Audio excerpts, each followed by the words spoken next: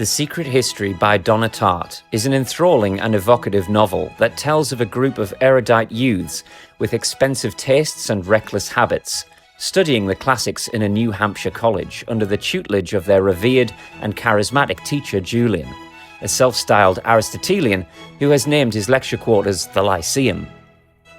Fluent in Greek and Latin and with a fastidiousness for etymology, Henry, Francis, Charles, Camilla, Bunny, and our protagonist Richard become inextricably caught up in a series of murders. Henry is the high-achieving academic and de facto leader of the group from affluent circumstances. Whilst he is shrewd, delicate, and decorous, he is also a calculating, dispassionate, and morally ambiguous figure who has the ability to profoundly influence and manipulate his peers. He effectively causes the entire series of calamities that embroil the group.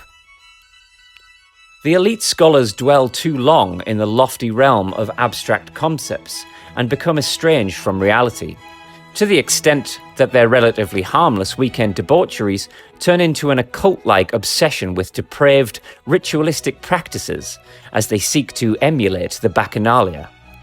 They commit a diabolical act of homicide on a hapless victim as they maraud their way through the wilderness one night in a drunken frenzy. Attempts to conceal the crime and convince themselves that they're in the clear are short-lived, however, as it soon becomes apparent that the most garrulous member of their group, Bunny, who was absent the night of the murder, has become privy to the incident and turns increasingly dour and erratic as a result.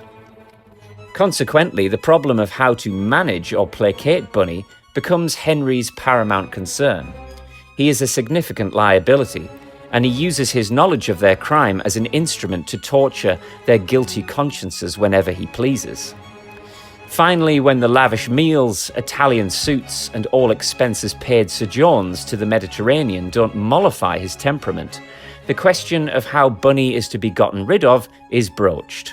This is without question the most gripping part of the book. The dark academia aesthetic that the author deftly instills into the narrative beautifully captures the autumnal essence of the fictional university campus. The crisp and woody aroma of freshly brewed black coffee permeating the hallways, the splintered afternoon sunlight falling on mahogany desks, and on the all too frequently mentioned linoleum floors.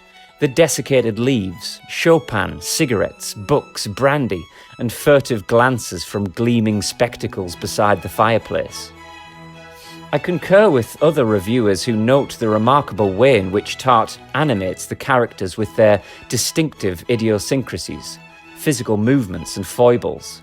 It is quite unique and serves to augment the realism and vibrancy of each scene.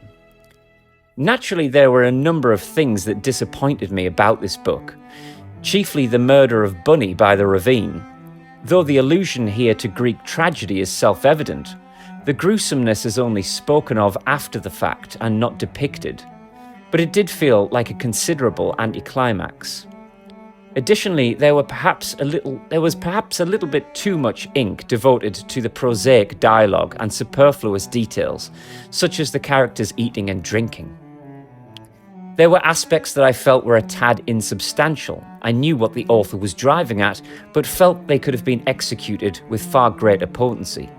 For instance, the context as to why the idea of dressing up as druids in the middle of the night and carrying out an especially bestial murder is never really established in much depth, at least not enough to really sell the reader on why it was so compelling.